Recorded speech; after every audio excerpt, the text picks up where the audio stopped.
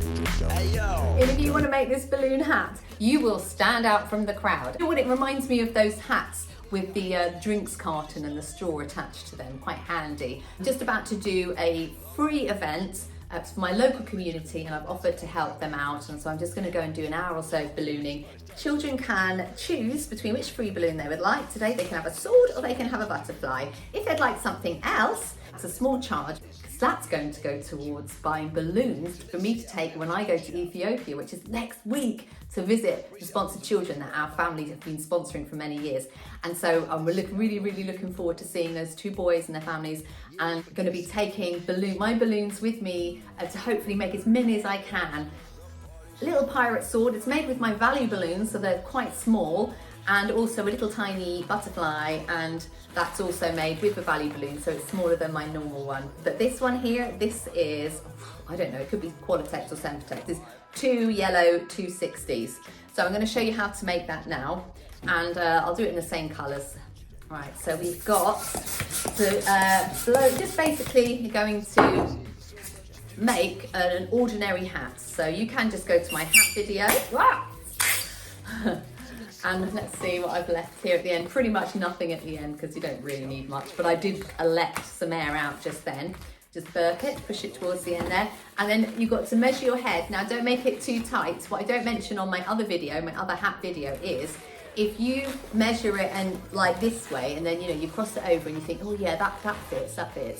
And then you take it off, but then you, like me, you actually wear it this way, actually find it's a little bit tighter. So you might be better off when you're putting it on, crossing it over at the side, on that side, to get the right size of your head. And if you're wearing a wig or a hat as well, then just obviously leave a little bit of space for that. We will get a headache.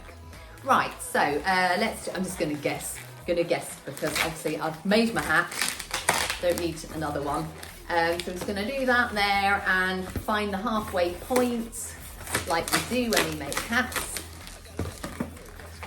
Make another bubble, like that.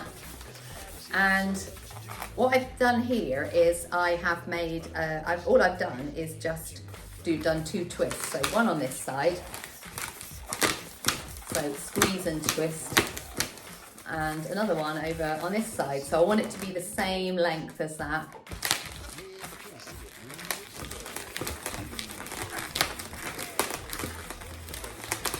There we go. So you get that shape. And pop that down there for the moment, and then going to get another couple of balloons. So it's a 3 balloon hat. Now you don't have to do it in yellow. I chose yellow because it's bright. I chose yellow because it goes better with my hair. It's less busy. I've just done one colour, so that looks like the hat, and these are the things that people look at, the balloons on the end, rather than it all just being a bit chaotic. So that's why I've just stuck with 3 colours. And then you just blow another 260. You could use a value balloon, to be honest. It doesn't have to be as long, but no, don't use a value balloon because they will just pop. And then you burped it, you've got your nozzle end there. So just make one bubble there, like that. And we're going to use that bubble to lock it onto that crease. There. Now what I did as well, because I wanted mine just to be a little bit neater, is I took the nozzle here and I just pulled it out of sight. So just wrapping it around.